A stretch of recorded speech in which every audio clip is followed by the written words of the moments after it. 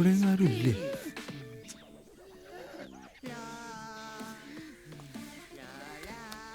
Jackson ചേട്ടാ. അതേടാ Jackson തന്നെ.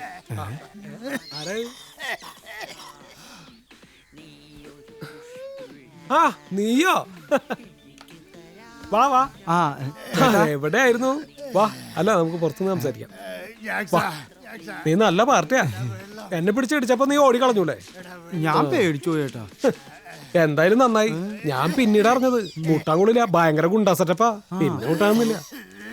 കുറച്ച് കാശ് റെഡി ആയിട്ട് വേണം നമ്മൾ ഷൂട്ട് ചെയ്ത കാസറ്റൊക്കെ അവിടെ നിന്ന് എടുക്കാൻ. പിന്നെ ഒരു കാര്യം, അന്ന് ആ സ്റ്റുഡിയോക്കാര് പിടിച്ചിടിച്ചത് നന്നായി. അത് കാരണം രക്ഷപ്പെടാനുള്ള ഒരു വഴി തെളിഞ്ഞിട്ട്. എന്ത് വഴി? നമ്മുടെ ഡയറക്ടർ അഭയരാജ് സാർ എന്നോടൊരു കഥ ആവശ്യപ്പെട്ടിട്ടുണ്ട്. ഞാനിപ്പോ അത് എഴുതിക്കൊണ്ടിരിക്കുക. നല്ല ഗ്രാമശുദ്ധി ഉള്ളൊരു കഥ. ആരാ നായകൻ? മോഹൻലാലിനെ ഉദ്ദേശിക്കണേ. നടക്കാത്ത കല്യാണം എന്നാണ് പേര്. എങ്ങനെയുണ്ട് പേര്? പേര് നന്നായിട്ടുണ്ട്. ഒരു ചെറിയ അമ്പലത്തില് മുടങ്ങി കിടക്കണ ഒരു ഉത്സവം നടത്താൻ വേണ്ടിട്ട് വരിക മോഹൻലാല്. അതാ കഥ.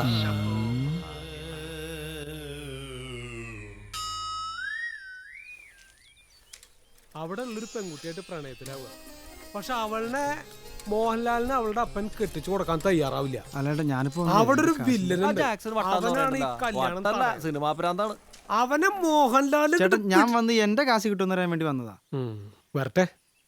ഈ തിരക്കഥൊന്ന് തീർത്തു കൊടുത്ത അഭയരാജ് സാർ നല്ല കാശ് തരും. ആ കാശ് കൊണ്ട് നമുക്ക് നമ്മുടെ പടം ഇറക്കണം. പടം സൂപ്പർ ഹിറ്റ് ആവുന്ന എനിക്ക് നല്ല ഉറപ്പാ. എന്നിട്ട് വേണം ആ കടങ്ങളൊക്കെ ഒന്ന് വീട്ടിൽ ഒന്ന് സെറ്റപ്പ് ആവാൻ. നീ പേടിക്കണ്ട, നിന്റെ കാശ് ഞാൻ അപ്പൊ തരും. അപ്പഴേ കാശ് തരുവോളാ? ചേട്ടാ എന്റെ 5 പൈസ ഇല്ല.